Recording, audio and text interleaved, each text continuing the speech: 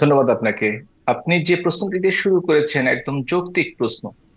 প্রশ্নটি হচ্ছে যে বাংলাদেশের সবচেয়ে পুরনো দল এবং সবচেয়ে জনপ্রিয় দল, বাংলাদেশের ভোটের ইতিহাসে 2008 সনের কথাই বলি, 48 ভাগের বেশি ভোট পেয়েছে যে দলটির জনসমর্থন এবং ভিত্তি রয়েছে প্রত্যেকটি গ্রাম মহল্লায়, সেই দলকে বাদ দিয়ে নির্বাচনে আসলে কেউই হয়তো নির্বাচন করতে পারবে না, অথবা নির্বাচন করলেও বেশি দিন ক্ষমতায় থাকতে পারবে না। আপনারা নিশ্চয়ই লক্ষ্য করেছেন, বাংলাদেশের দুটি নির্বাচন হয়েছে। 96-এর 15ই ফেব্রুয়ারিতে মাসের মধ্যে তৎকালীন সরকারকে পদত্যাগ করে নতুন নির্বাচন দিতে হয়েছিল। তেমনি ভাবে 86 সনে, 88 সনে জেনারেল এরশাদ নির্বাচন করেও পূর্ণ মেয়াদ ক্ষমতায় থাকতে পারেনি, শুধুমাত্র আওয়ামী লীগ অংশগ্রহণ না করার কারণে। সুতরাং এটা তো সত্য কথা, আওয়ামী লীগ অংশগ্রহণ না করলে কোনো নির্বাচনই সঠিকভাবে হতে পারবে না, অথবা হলেও তারা টিকতে পারবে না। এই জন্যই হয়তোবা তিনি এই কথাটি বলেছেন। মানে এটি তো আসলে পুরনো, আপনি একটা ইতিহাসের কথা বলছেন যে এরকমটা অতীতে ঘটেছে, কিন্তু বর্তমান বাস্তবতার সাথে সেই বাস্তবতার যেমন পার্থক্য আছে, আবার এইরকমও হয়ে গেল। মানে আমি যে নির্বাচনগুলোর কথা বলছিলাম, যে 14 বা 24-এর নির্বাচন, যেখানে আসলে বাংলাদেশের অন্যতম বড় দুটি দল আওয়ামী লীগ নিঃসন্দেহে এবং বিএনপি, যারা আসলে একবার আওয়ামী লীগ আসলে একবার বিএনপি এসেছে, এভাবে করে আমরা আমাদের ক্ষমতার পরিবর্তনগুলো হতে দেখেছি। তো তাদেরকে ছাড়া নির্বাচন করে যদি এভাবে হয়ে যেতে পারে, বাস্তবতা যদি মানে এরকম হয়ে দাঁড়াতে পারে, তাহলে আওয়ামী লীগকে ছাড়া নির্বাচন করলে নির্বাচন করতে পারবে না, বা করলেও টিকতে পারবে না। সামনে এরকম কেন পরিস্থিতি হবে বলে মনে করছেন, আপনি যেখানে যে আওয়ামী লীগ কথাটি এখন বললেন আসলে যে পতিত হয়েছে এবং আ- আ- মানে চ্যুত, ক্ষমতাচ্যুত? আওয়ামী লীগ অবশ্যই যে কোনো অবস্থার তুলনায় বিপর্যস্ত ছিল আজ থেকে 15 মাস আগে, কোনো সন্দেহ নেই। সে ব্যাপারে আমি আপনার সাথে সম্পূর্ণ একমত। কিন্তু যে ব্যাপারটিতে একমত না, আপনি বললেন আওয়ামী লীগ ক্ষমতায় আসবে, না হলে পরবর্তী বিএনপি, বিএনপির পরে আওয়ামী লীগ ক্ষমতায় আসবে। আসবে না, এসেছে আর কি, 12টি আমরা যদি আমাদের ইতিহাসগুলো দেখি, কে, এসেছে। না না, ইতিহাস দেখলে আসেনি আসলে। এ পর্যন্ত 12টি নির্বাচন হয়েছে জাতীয় সংসদে। যদি চারবারের কথা বলে থাকেন, হুম। 91, 96, 2001 এবং 2008 ছাড়া বাকি নির্বাচনে এই ধরনের ঘটনা ঘটেনি। সুতরাং ইতিহাস বলে না যে আওয়ামী লীগের পরে বিএনপি কে আসতে হবে, কিংবা বিএনপির পরে আওয়ামী লীগকে আসতে হবে। কারণ 2/3 নির্বাচনে, অর্থাৎ 12টি নির্বাচনের মধ্যে 8টি নির্বাচনে সেটি ঘটেনি। সেটা যে সবসময় ঘটতে হবে এমন কোনো কথা নেই। তার মধ্যে তো আসলে কয়েকটি নির্বাচন, অন্তত 3টি নির্বাচন আপনারাই করলেন, একটা ছিল এবার আর 9-এর তত্ত্বাবধায়ক নির্বাচন। আচ্ছা, এমন কোনো কথা নেই, কিন্তু আসলেও ক্ষমতায় টিকতে পারবে না, এই কথাটা প্রায়ই শোনা যাচ্ছে। যে বিএনপি বলা হচ্ছে, এখন বিএনপি হয়তো নির্বাচনে ক্ষমতায় আসবে, এখন নির্বাচন হলে, কিন্তু ক্ষমতায় আসলেও ক্ষমতায় টিকতে পারবে না। আপনিও বলছিলেন যে হয়তো নির্বাচনই হবে না, অথবা নির্বাচন হলেও ক্ষমতায় টিকতে পারবে না। কেন, মানে কেমন বাস্তবতায় ক্ষমতায় টিকতে পারবে না? কি হবে? আপনারা কিছু করবেন নাকি পরিস্থিতি কেমন হবে, যে এই ভবিষ্যৎবাণী? প্রথমত, আমরা কিছু করব কি করব না সেটা বাদ রেখেও যদি বলি, ন্যাচারাল জাস্টিস বলে একটা কথা আছে। আপনি যদি দেখে থাকেন, এই বিগত 15 মাসে বিএনপি যে অত্যাচার করেছে, অগ্নিসংযোগ করেছে, হত্যা করেছে, মিথ্যা মামলা দিয়েছে, চাঁদাবাজি করেছে, লুণ্ঠন করেছে, অত্যাচার করেছে। সুতরাং বিএনপির অগাস্ট গত বছরের তুলনায় সময়টির জনপ্রিয়তা ছিল, সেটিতে ধস নেমেছে। তার অর্থ এই না সেই ধসের উপর দাঁড়িয়ে জামাত কিংবা অন্য পার্টির জনপ্রিয়তা বেড়েছে। অবশ্য তারা সেই সুযোগটি কাজে লাগানোর চেষ্টা করছে বলে তারা এবং রাজনৈতিক ফায়দা লোটার চেষ্টা করছে। কিন্তু সেটি কখনোই আসলে হবে না বলেই আমার ধারণা। এবং বিএনপি, আপনি যে কেন আমি বললাম তারা ক্ষমতায় থাকতে পারবে না, আমি অত দূর আসলে যেতে চাইনি, যদিও নিয়ে আসলেন। সেটি হচ্ছে তারা ক্ষমতায় না যেয়ে দেশের যে দুরবস্থার সৃষ্টি করেছে গত 15টি বছরে, তারপরে ক্ষমতায় যদি আল্লাহ তাআলা তাদের কোনোভাবে নিয়ে নেয়, তারা কি করবে নিশ্চয়ই আপনি প্রবাস থেকেও খবর পাচ্ছেন। জি। আপনি বলছিলেন যে 15 মাসে যে অত্যাচার, নির্যাতন বা দুর্নীতির কথা আপনি বলছিলেন। আপনাদের বিরুদ্ধে ন্যাচারাল জাস্টিসের কথা বলছেন। আপনারা কি সেই ন্যাচারাল জাস্টিসেরই শিকার? 15 বছরের মানে সেই হিসাব নিকাশের ফলে ন্যাচারাল জাস্টিস আপনাদের বিরুদ্ধেও, মানে আপনাদের সাথেও হলো? তর্কের ক্ষেত্রে অনেক কথাই বলা যায়, কিন্তু সেটা যদি জাতীয়, বিশেষ করে আন্তর্জাতিক ষড়যন্ত্র হয়ে থাকে, হুম। যদি সেখানে ইউএস এইড কে বস্তাভর্তি ডলার ঢালতে হয়, সেখানে যদি আইএসআই এর প্রত্যক্ষ তত্ত্বাবধানে বাংলাদেশে অবৈধ অস্ত্রের সমাহার ঘটে কিংবা অবৈধ টাকার সমাহার ঘটে, যদি লোক ভাড়া করে রাস্তায় নামানো হয়, এবং যদি কেউ কথা দিয়ে কথা না রাখে, বিশেষ করে বাহিনীগুলো, তখন তো এই ধরনের ঘটনা যে কোনো দেশে ঘটতে পারে, এবং সেটি ঘটেছে। আচ্ছা, এই বাহিনীগুলো কথা দিয়ে কথা না রাখার কথা এবং আন্তর্জাতিক ষড়যন্ত্রের কথা আপনারা যেটি বলছেন, এটি নতুন কথা না। মানে আমরা যখন শেখ হাসিনা ক্ষমতায় ছিলেন তখনও আমরা শুনেছি যে সত্য কখনোই পরিবর্তন হয় না, জি, সুতরাং নতুন হবে না তো। জি, জি, সত্য সত্য এটা। সত্যই। হ্যাঁ, আমরা আসলে এটা মার্কিন অনেক কর্তৃপক্ষের কাছ থেকেও এরকম কথা শুনেছি, এমনকি গণঅভ্যুত্থানের পক্ষে কাজ করা অনেকের মুখ থেকেও শুনেছি যে ইউএস ডিপ স্টেটের মানে এবং সম্পৃক্ততা। আপনি যদি দেখে থাকেন, পৃথিবীর মধ্যে মানবাধিকার নিয়ে যারা যিনি কাজ করেন মেইনলি পৃথিবীর মধ্যে, জাতিসংঘের ইউনাইটেড নেশন হিউম্যান রাইট কমিশনের কমিশনার ভলকার টুর্ক, তিনিও কিন্তু আর্মিকে ফোন করেছিলেন হুম, হুম। ওই 4 তারিখের আগে, 3 তারিখে। এটা কিন্তু সরাসরি কোনো দেশের সার্বভৌমত্বের পক্ষে হুমকি স্বরূপ বা violation of সভরেনিটি of the any country. তো সুতরাং সেই কাজটি করেছে, সুতরাং এগুলো তো প্রমাণিত জি, সত্য আমি আসলে এই যে এই প্রমাণিত কাজগুলো সত্যের উপরে হয়েছে। আরেকটা প্রশ্ন করতে চাই যে এই ইউএস ডিপ স্টেটের বিষয়ে আপনারা যেটি বলেন, এখানে একটা সম্প্রতি আহ, একটা খবর পড়ছিলাম, সেটি হচ্ছে ভারতীয় গণমাধ্যম নর্থ ইস্ট, তার রিপোর্টার চন্দন নন্দী, সাংবাদিক চন্দন নন্দী, তিনি বাংলাদেশি এক অন্যতম তার স্পেশালিটি আর কি রিপোর্টিংয়ে, তিনি বাংলাদেশের সরকার সেনাবাহিনীর মধ্যে থেকে অনেক এমন অনেক তথ্য দেন যেগুলো আসলে আমাদের গণমাধ্যমে আমরা জানি না বা স্বাভাবিকভাবে জানা যায় না। তিনি বলছেন যে এই ইউএস ডিপ স্টেটের সাথে কাজ করেছেন শেখ হাসিনা সরকারের 3 জন মন্ত্রী বা মন্ত্রী পর্যায়ের ব্যক্তি। একজন হচ্ছেন তার উপদেষ্টা সালমান এফ রহমান, একজন সাবেক আইনমন্ত্রী আনিসুল হক এবং তথ্য প্রতিমন্ত্রী মোহাম্মদ এ আরাফাত। আপনাদের মধ্যে আসলে এই বিষয়ে কি জানা শোনা বা আলোচনা আছে? আমি কিন্তু মানে 5 আগস্টের পরে যখন আওয়ামী লীগের কারোর সাথে কথা হয়েছে, তাদের অনেকের কাছ থেকেই শুনতে পেরেছি যে সালমান এফ রহমানের নাম, মানে তিনি নাম প্রকাশ না করার শর্তে বা খুব এমনি আলোচনায় বলেছেন। আপনারা কি এরকম আলোচনা আপনাদের মধ্যে আছে বা আপনারা জানেন কতটা প্রথমত, রিপোর্টটি বের হয়েছে আজকে থেকে অনেক দিন আগে, রিপোর্টটি দেখেছি আমি। দেখেছেন? সেটা ধরেন আজকে থেকে অন্তত 3 মাস বা 2 মাসের বেশি 1 সময় মাস আগে, আগে আমি মনে হয় দেখছিলাম রিপোর্টটি। জি, হবে অগাস্টের হয়তো মাস 30 তারিখে, জি। 2 মাস কমপক্ষে।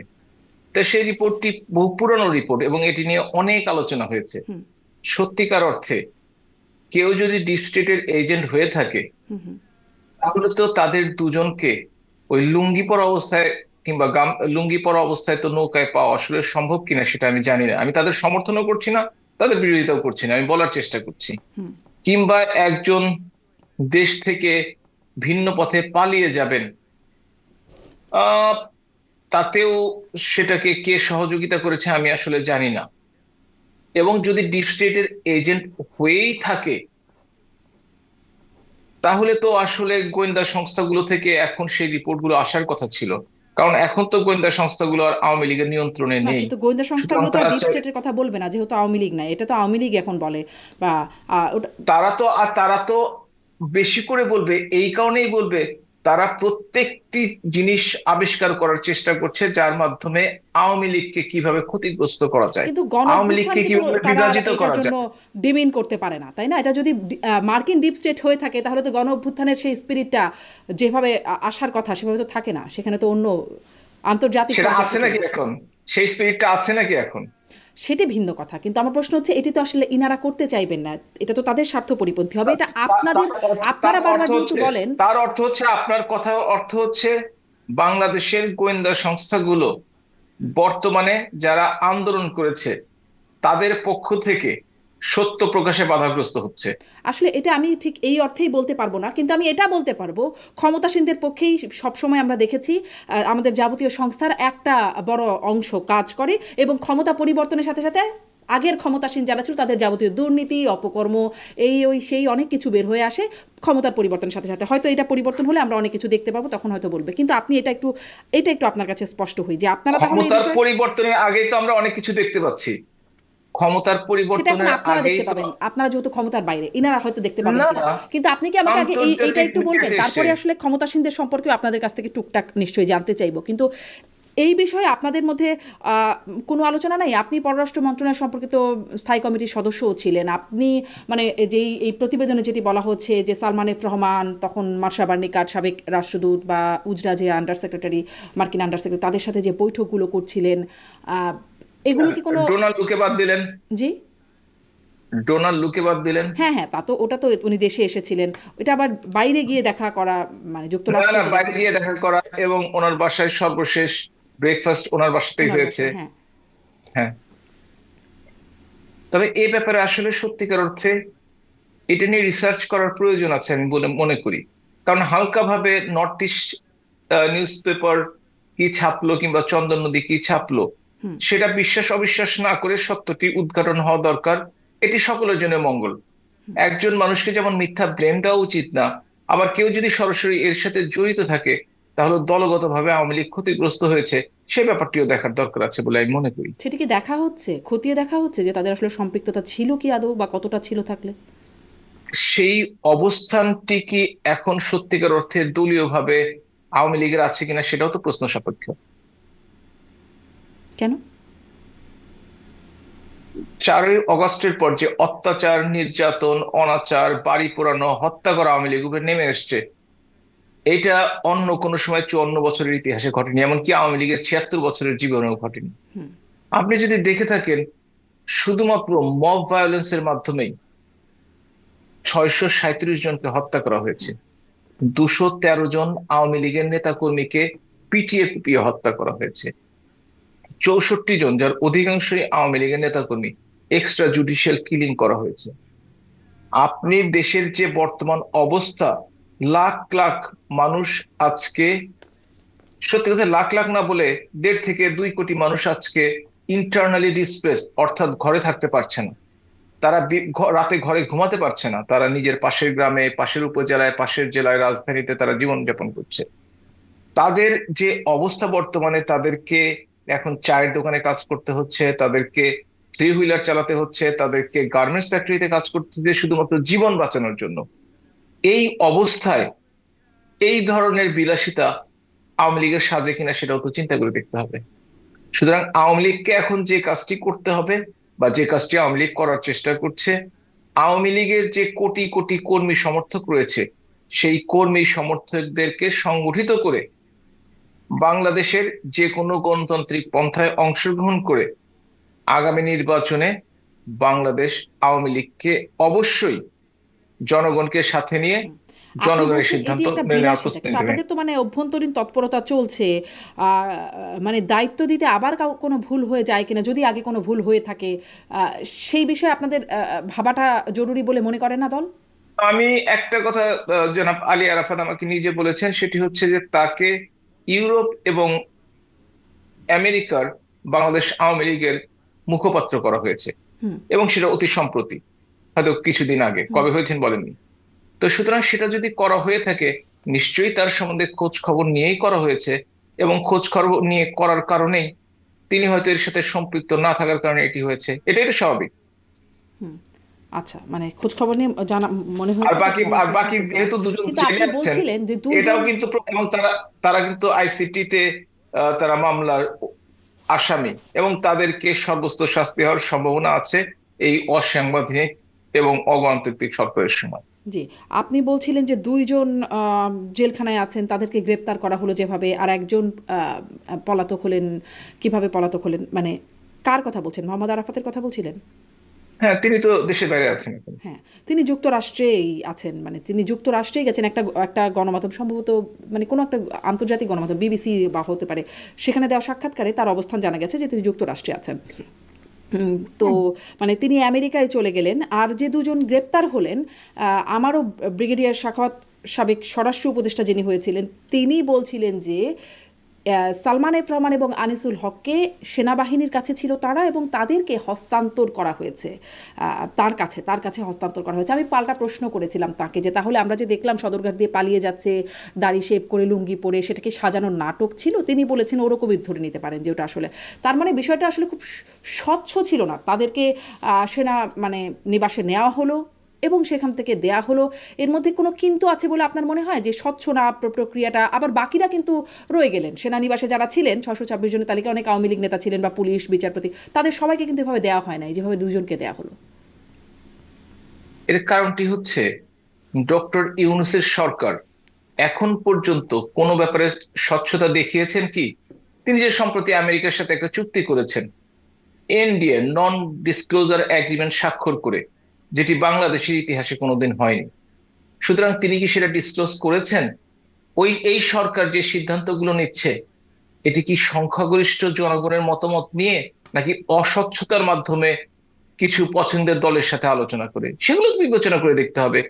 যে সরকার না, কিন্তু এটা তো নির্বাচিত ভাবে সরকারের সমালোচনা করছেন, এরকম অনেক করতে পারবে, আমি কিন্তু আমি তো না না, আমি সেনাবাহিনী কেন আমি দিল? সরকার সেনাবাহিনী কেন দিল মানে তাদের সেটা আমার সেফলি মনে হয়, রাখলোই কেন, আবার দিলই কেন? জি প্লিজ। আপনি যেমন ব্রিগেডিয়ার সাখাওয়াত হোসেনকে নিয়ে প্রশ্নটি করেছেন, আমার মনে হয় জেনারেল ওয়াকারকে প্রশ্নটি করলে আপনি সঠিক উত্তরটি পেয়ে যাবেন।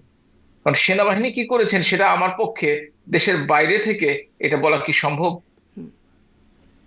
এই মানে তার সাথে এদের মানে এনাদের কথা তো বলছেন চন্দন নন্দীর সেই প্রতিবেদনে, কিন্তু জেনারেল ওয়াকারকে নিয়ে আপনারা মোটামুটি সর্বমহল থেকে কেউ সাপ বলেন, কেউ মির্জাফর, কেউ বেঈমান বলে আখ্যায়িত করেন। তার ব্যাপারে কি সবাই মানে একমত আওয়ামী লীগের মধ্যে যে তিনি আসলে বিট্রেয়ার? আওয়ামী লীগের মধ্যে তিনি বিট্রেয়ার, সাপ, এই কথাগুলো কে বলেছে আমি আসলে শুনি নাই। তবে তিনি যে শপথ সাবেক নিয়ে সাবেক দায়িত্ব, স্বরাষ্ট্রমন্ত্রী আসাদুজ্জামান খান কামাল বলেছেন, আব্দুর রহমান আওয়ামী লীগের প্রেসিডিয়াম সদস্য, তারা বলেছেন। না না, আমি বলেছি আমি শুনিনি। তা আচ্ছা। আমি আপনার কথা বিশ্বাস করছি। হুম।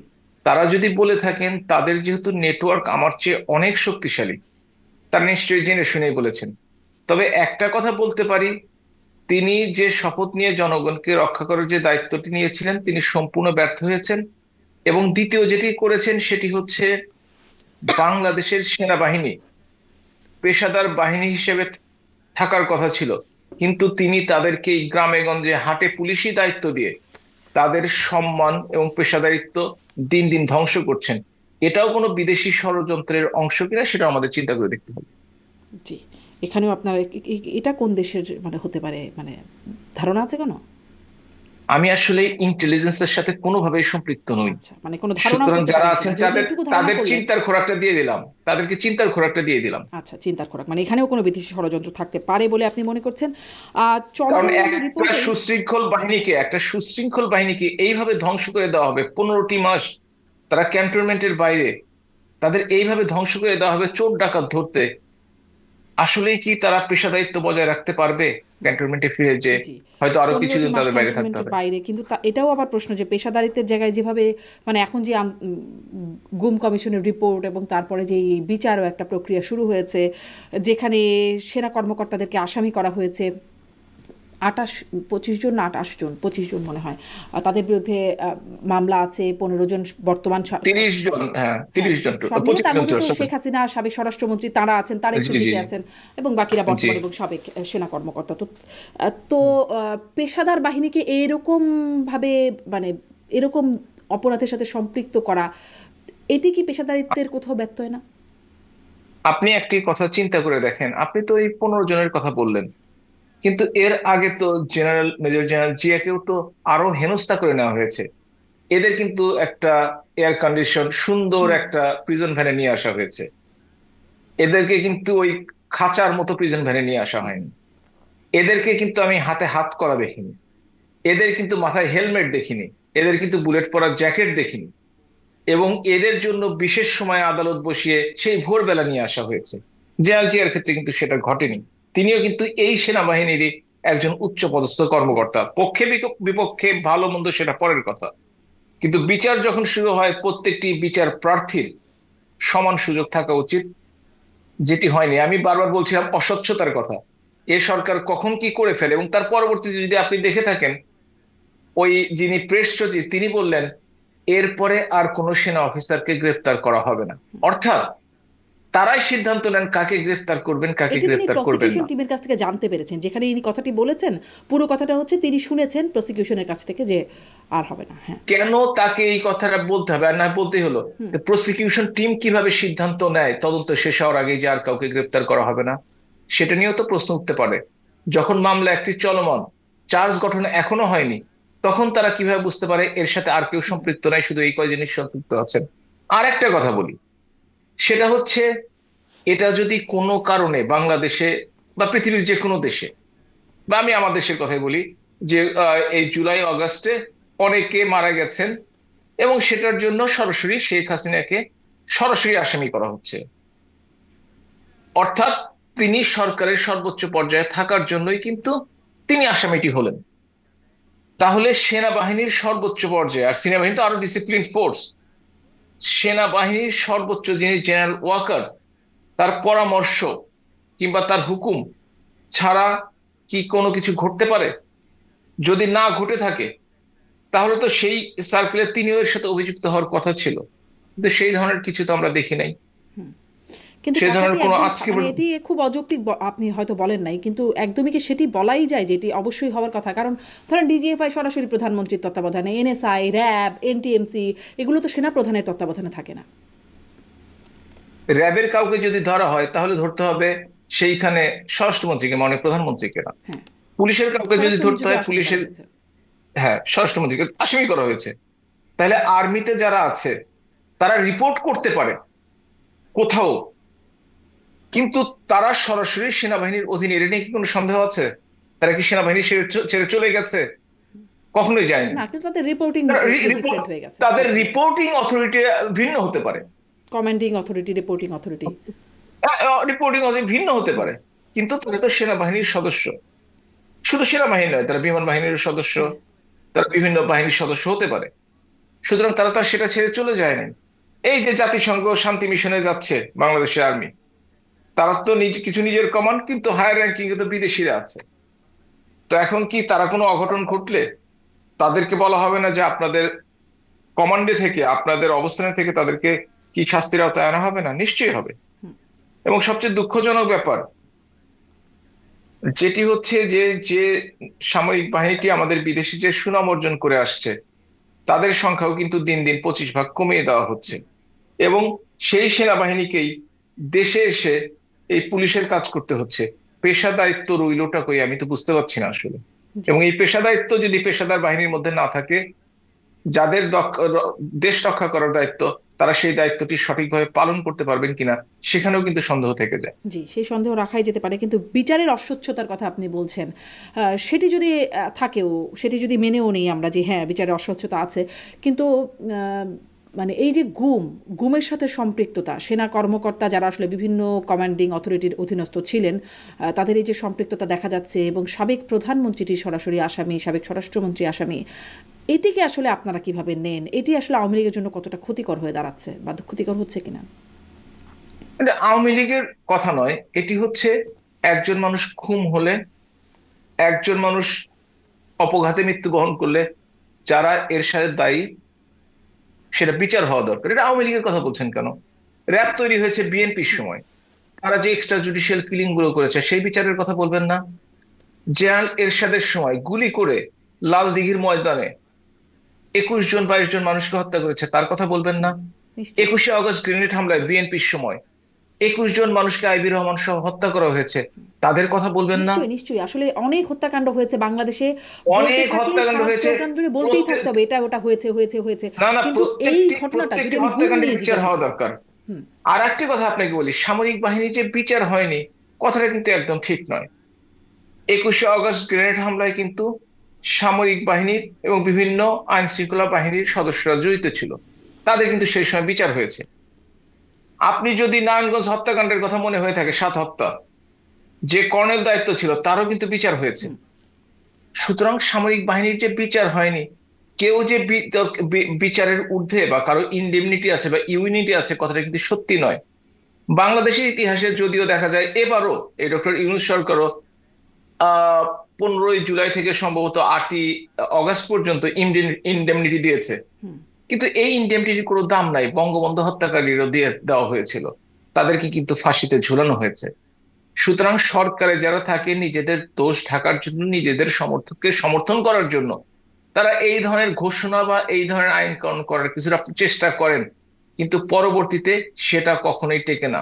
এইটা একটা উদাহরণ হিসেবে থাকা দরকার বাংলাদেশে। যে কোনো অপরাধ যে কোনো সময় হোক না কেন, তাদেরকে অবশ্যই বিচারের আওতায় আনতে হবে। যেমন ডক্টর ইউনূস সরকারের সময় একটু আগে বর্ণনা দিলাম, কতজন মানুষ মারা গেছে, কত হাজার মহিলা রেপ হয়েছে, কত হাজার বালিকা ধর্ষণের শিকার হয়েছে, কতটা অবিচারে ডেভিল হান্টের নামে কতজনকে অন্যায়ভাবে গ্রেপ্তার করা হয়েছে, নিজের গণতান্ত্রিক অধিকার প্রতিষ্ঠা করার জন্য কত লোককে গ্রেপ্তার করা হয়েছে।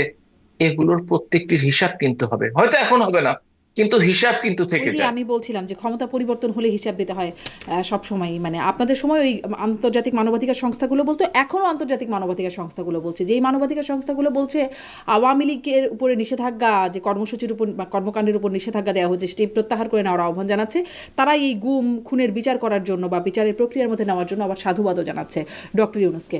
আপনি কি মানে তার সাথে সাথে কিন্তু এটি এটাও আপনি যোগ কি বলবেন, করেছে এই যে যে গুমের এই অভিযোগে অভিযুক্ত হচ্ছেন, এটিকে কি আপনারা স্বীকার করেন এই অভিযোগটা এবারে, বা আংশিক স্বীকার করেন নাকি একেবারে অস্বীকার করেন?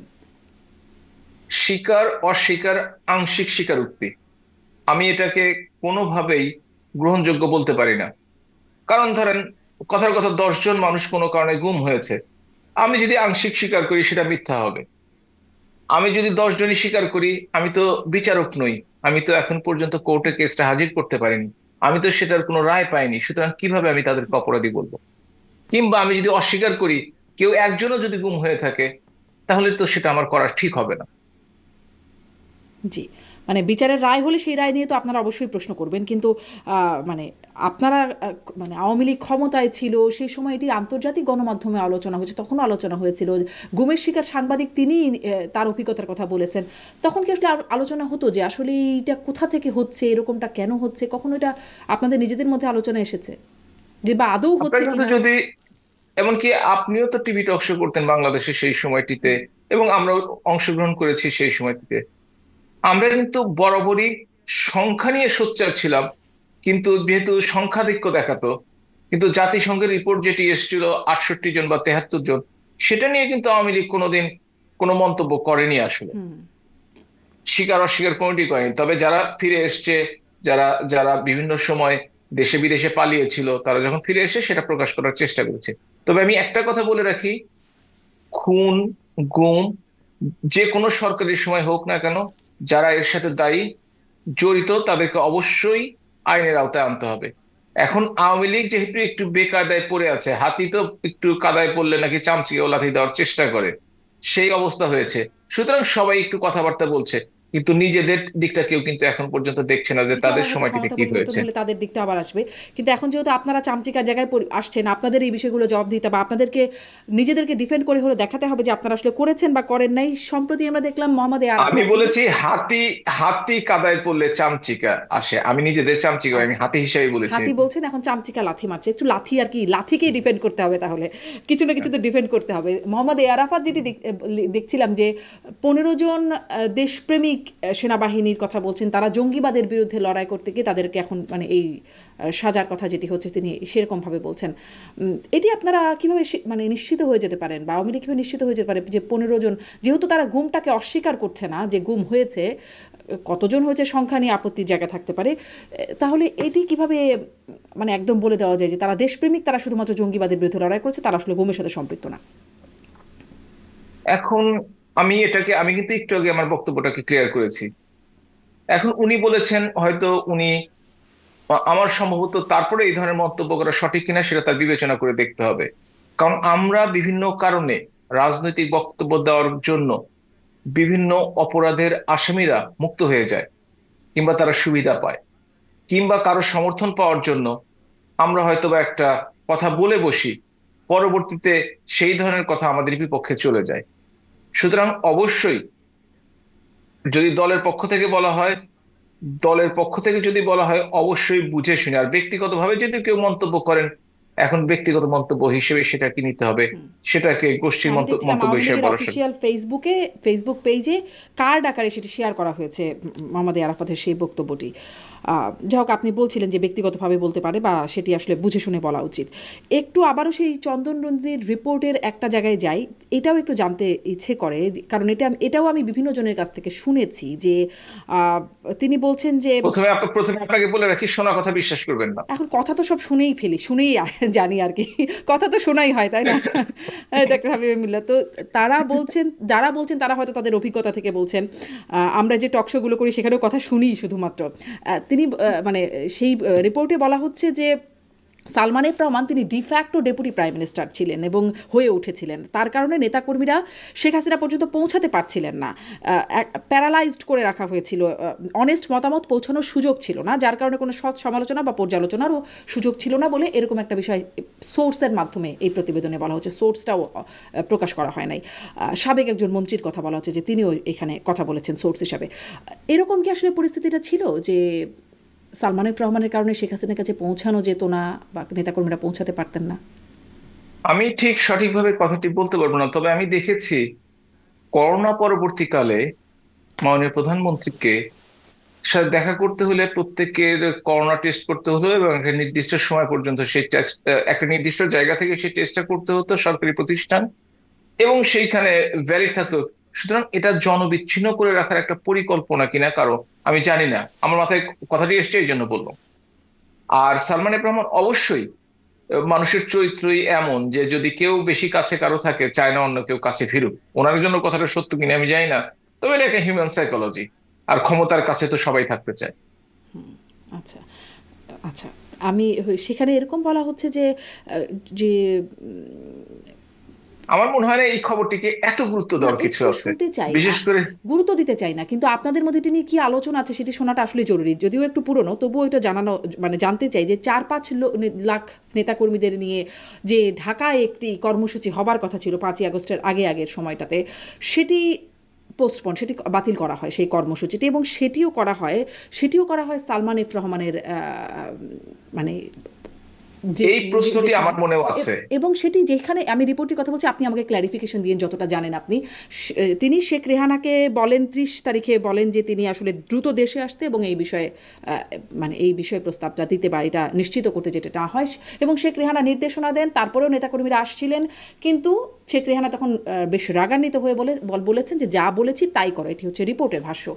আসলে কি, এবং আমার এই প্ল্যাটফর্মে আওয়ামী লীগ নেতাকর্মীদের সাথে কথা হয়েছে, তারা অনেকেই বলেছেন যে ওই সিদ্ধান্তটা আসলে সঠিক ছিল না, যে সেই কর্মসূচিটি বাতিল করা, যার কারণে আওয়ামী লীগ বিপাকে পড়েছে। আসলে বিষয়টা কি, এরকম কি কোনো পরিকল্পনা থেকে এরকম হয়েছে?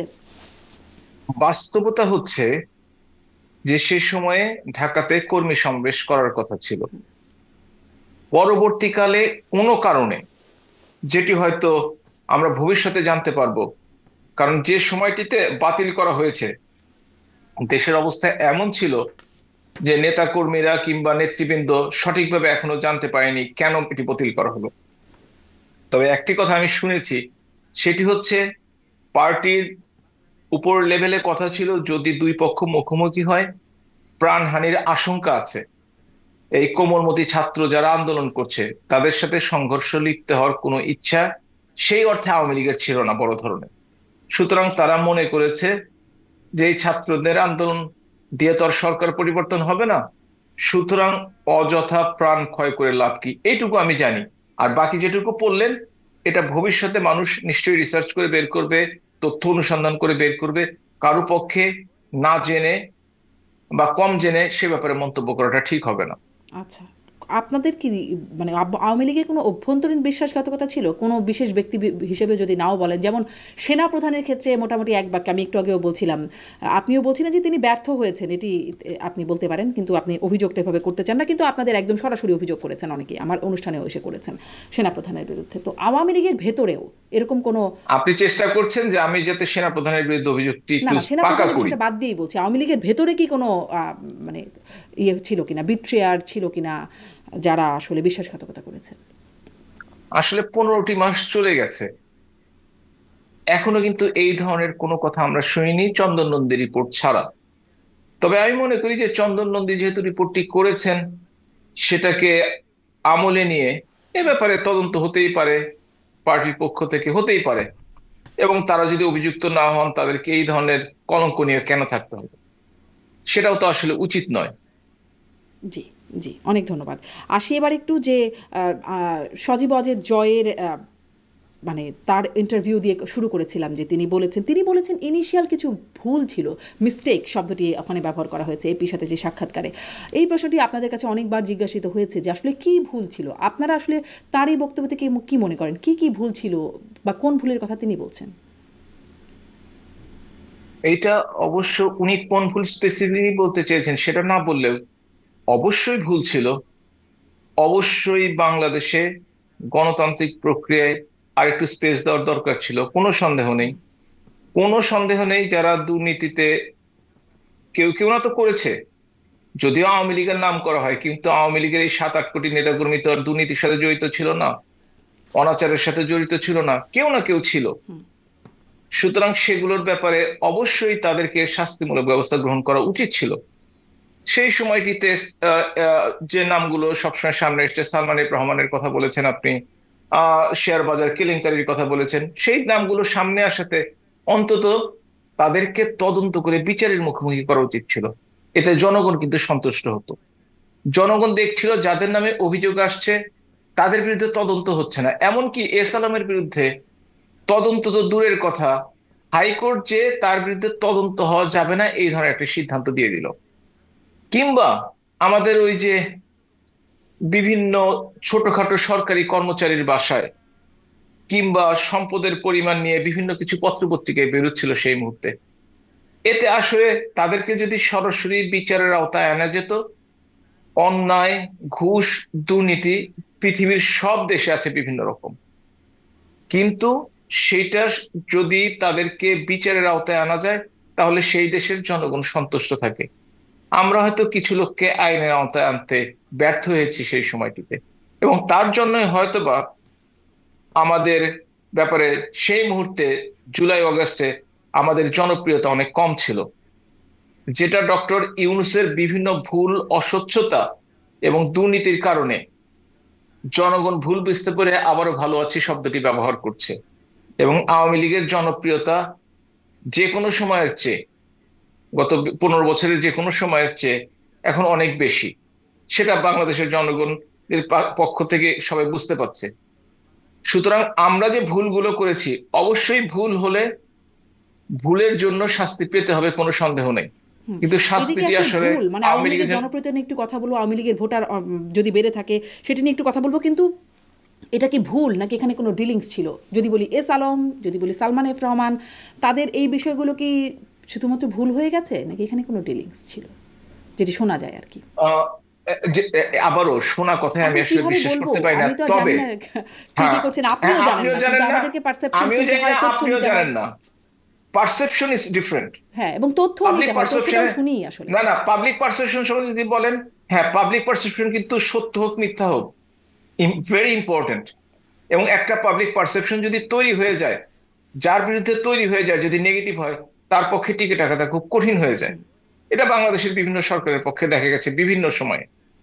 এই পাবলিক পারসেপশন কিন্তু আইনের ধাক্কায় আবার টিকবে না, কারণ আইন, প্রমাণ এবং সেইগুলো সাক্ষী, এগুলো দিয়ে তারা বিচার বিবেচনা করবে। তারা পাবলিক পাবলিক পারসেপশনকে কোনো খুবই দুঃখজনক বিষয়, বিচারিক আইনের আদালতে দিকে কোনো যায়েন না আপনি, কারণ আইনের সরকার পতনের সাথে সাথে আইনের ধাক্কাটা অন্যের উপরে গিয়ে পড়ে, এখন আপনাদের উপর, আপনারা ক্ষমতায় যখন ছিলেন তখন আরেকজনের উপর, তার আগে আরেকজনের উপর ছিল। অতএব আইনের ধাক্কার কথাটা না বলে সেই জায়গাটাই যদি বলেন যে আসলে এই অবস্থাটার কি পরিবর্তন হওয়া উচিত না? অবশ্যই উচিত, আশা তো ছিল সেরকমই। অবশ্যই উচিত। তাই যদি হয়ে থাকে, ডক্টর ইউনূস যে মানুষের যে আশা আকাঙ্ক্ষা জাগিয়ে সুশাসন প্রতিষ্ঠার জন্য, গণতন্ত্র প্রতিষ্ঠার জন্য, দেশে দুর্নীতি মুক্ত করার জন্য যে আশার বাণী শুনিয়ে আওয়ামী লীগ সরকারকে সেই প্রখ্যাত মেটিকুলাস ডিজাইনের মাধ্যমে ক্ষমতাচ্যুত করে, তার আমলে তো সেগুলো আরো বেশি হচ্ছে এবং সেগুলো প্রমাণিত। আমরা আমরা প্রমাণ পাচ্ছি একটার পর একটা। তাই যদি হয়ে থাকে তাহলে সরকার পরিবর্তনের কি প্রয়োজন ছিল?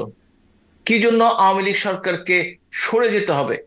কেন জনগণকে আওয়ামী লীগ সরকারের সময় যেটুকু সাফার করতে হয়েছে, কিছুটা হলেও করতে হয়েছে, তার চেয়ে অধিক সাফার এখন করতে হবে। ডক্টর ইউনূসকেও একইভাবে সরে যেতে হবে যদি সে খুব তাড়াতাড়ি নির্বাচন না দিয়ে সরে যায়। জি, সে খুব তাড়াতাড়ি মনে নির্বাচন রাখবেন, দিলেও ওই যে ওখানে আবার আসছিলাম যে তারপরে তার আপনাদের জনসমর্থন বেড়েছে, সেটির কথা। কিন্তু ডক্টর ইউনূসের ব্যর্থতা নিয়ে কথা বলছে এখন তার সমর্থকরাই, তারা যাদেরকে তারা তারা মানে ডক্টর ইউনূস বলেছিলেন তার নিয়োগকর্তা, তারাই বলছেন যে তিনি ব্যর্থ, তিনি বিশ্বাস ভঙ্গ করেছেন, এরকম অনেক কথা এখন আসছে। অতএব ওই প্রসঙ্গটা আলোচনার বাইরে রেখেই আমি আসলে যেই প্রশ্নটা করছিলাম যে ডিলিংস ছিল কিনা এস আলমের সাথে, এস আলম কেন এত সুবিধা পেলেন, কেন সালমান এফ রহমানের বিরুদ্ধে কোনো বিচার হচ্ছে কার না? সাথে ডিলিং ছিল? হ্যাঁ, কার সাথে? আমি জানি না, আপনার কাছ থেকে জিজ্ঞাসা করছি, আপনি কিছু যেহেতু জেনে থাকলে। জানেন না, না এ ব্যাপারে আমার কোনো ধারণা নেই। পাবলিক পারসেপশন অনেক কিছু আছে, কিন্তু পাবলিক পারসেপশন নিয়ে আসলে কথা বলাটা যৌক্তিক না, এটা অন্যায় ভাবে কাউকে দোষারোপ করা হবে। হুম, আচ্ছা। মানে রাতারাতি তার নাগরিকত্ব পরিবর্তন হয়ে যায়, মানে বাংলাদেশি নাগরিকত্ব তিনি ছড়াতে চান, সেটা চলে যায়। আর না, আপনিও তিনি বলছিলেন তিনি যেটি তিনি আদালত কিন্তু থেকে তার তিনি তদন্ত কিন্তু গন্তুর তিনি হয়ে কিন্তু যায়, নাগরিকত্ব, বাংলাদেশের নাগরিকত্ব প্রত্যাহার ছেড়ে করেছেন। দিয়েছেন। এক্স্যাক্টলি। প্রত্যাহার করেছেন, কিন্তু তত্ত্বাবধায়ক সরকারের সময় নয়। না, তিনি কিন্তু আওয়ামী লীগ আগে সরকার। থেকে, হ্যাঁ, সেটা আমরা জানতাম না, আমরা পরে জেনেছি হুম, সেটা। এবং তিনি সেটা বলেছেন যে তিনি বাংলাদেশের নাগরিক না, তিনি অন্য দেশের নাগরিক, এটা সরি, বলেছেন উনি। এই প্রত্যাহারের এবং বিদেশি পর্বটাও নাগরিক একটা হিসাবে, প্রসেস আছে, সেটি রাতারাতি হয়ে গেছে, স্বরাষ্ট্র মন্ত্রণালয়ের তত্ত্বাবধান থাকে এটার মধ্যে। না, সেটি স্বরাষ্ট্রমন্ত্রীর কোনো তত্ত্বাবধান নেই এর সাথে। যদি কেউ বিদেশি নাগরিক হতে চায়, বাংলাদেশের স্বরাষ্ট্র মন্ত্রণালয়ের কি দায়িত্ব আছে? বিদেশি নাগরিক হতে না, কিন্তু বাংলাদেশের নাগরিকত্ব প্রত্যাহার করতে হলে হ্যাঁ, হয়তো জানাতে হয়, হ্যাঁ হয়তো জানতে হয়, সেটা সেখানে হতে পারে। স্বরাষ্ট্র মন্ত্রণালয়কে এবং ইনফর্ম করতে হয়। বেশ কয়েকজনই করেছে বলে শুনেছি। যাই হোক, মানে একে স্বরাষ্ট্র মন্ত্রণালয় সেখানে রাতারাতি করে দিচ্ছে, এদিকে আদালতেও হচ্ছে, মানে বিচারগুলো তো এত হয়ে যাচ্ছে বলে হচ্ছে টাকা এরকমটা কথা না। বলে, জি, যাই হোক, টাকা আপনি এই কথা বলে। বিষয়ে বলছেন যে আপনি খুব বেশি জানেন না। আপনি যে বলছিলেন যে আওয়ামী লীগের জনসমর্থন এখন যে কোনো সময়ের চেয়ে বেড়েছে, আহ, এই যে যদি ফেব্রুয়ারিতে নির্বাচন হয়, যেটি হবার কথা বলছেন বারবার, যদি হয় তাহলে আওয়ামী লীগের ভোটাররা আসলে কি করবে? এখন তাদের হাতে তো আওয়ামী লীগ নাই, কাকে ভোট দেবে? এখন তাদের হাতে আওয়ামী লীগ নেই, ফেব্রুয়ারি আসতে তো আরো 4 মাস বাকি। 3 মাস। এমন ঘটনা, উম, কারণ ফেব্রুয়ারির নভেম্বর প্রথমার্ধে ভোট ডিসেম্বর, হয়ে যাবে। হ্যাঁ আমাদের 6 সপ্তাহ সময় আছে, আসলে ডিসেম্বরের মাঝামাঝি সময়ে তফসিল ঘোষণা হয়ে যাবে, এবং তফসিল ঘোষণা হলে তারপর নির্বাচন হবে 45 দিনের মধ্যে সম্ভবত। ইউজুয়ালি বাংলাদেশে 45 দিন সময় নেয় নির্বাচনের তফসিল ঘোষণার পর থেকে। হুম। তো বাংলাদেশ আওয়ামী লীগ যে নির্বাচনে আসতে পারবে না, এতটা কনফার্ম আপনি কিভাবে হলেন? আর বাংলাদেশ আওয়ামী লীগকে ছাড়া নির্বাচন হবে, এটাই বা আপনি কনফার্ম কিভাবে হলেন? এখন যদি আপনি থিওরিটিক্যাল কথা বলেন, সেটা নিয়ে আলোচনা, আপনি বললেন আসতে পারবে না, আমি বললাম আসবে, কিন্তু বাস্তবতা আপনাকে চিন্তা করতে হবে।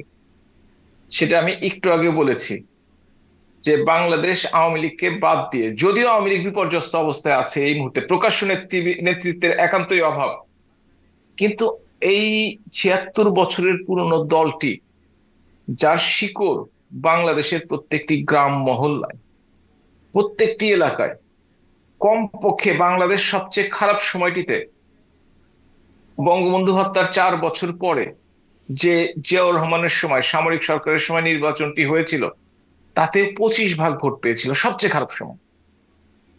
এবং 2008 সনে, বাকি 3টি নির্বাচন বাদ দিলাম, 48 ভাগের বেশি ভোট পেয়েছে। লম্বা সময় ক্ষমতা থাকলে বাংলাদেশ জনগণের একটা ধারণা যে তারা সরকার বিরোধী হয়ে যায়, সেই জন্য আওয়ামী লীগের জনপ্রিয়তা কমে গিয়েছিল।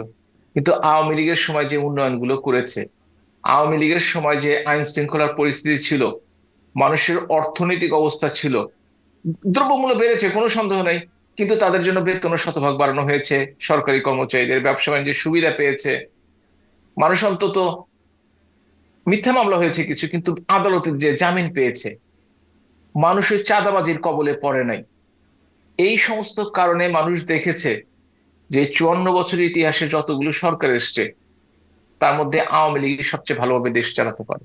এবং ভবিষ্যৎ যদি আওয়ামী লীগ ক্ষমতায় আসে, তারা আরো বেশি আশা করছে, যেহেতু ভুল থেকে আওয়ামী লীগ শিক্ষা পেয়েছে একটা, সেহেতু তারা আরো ভালোভাবে দেশ চালাবে। জি, এই কিন্তু জন্যই আওয়ামী লীগের কিন্তু জনপ্রিয়তা দিন সাবেক দিন বাড়ছে। প্রধানমন্ত্রী তিনি ভার্চুয়াল বক্তব্যে বলছেন এখন উন্নয়ন বাদ, এরপরে ক্ষমতায় যেতে পারলে শুধু গ্রামের মানুষের ভাত খাওয়ার ব্যবস্থা করবেন, আর সব বিচার হবে আর সংস্কার হবে।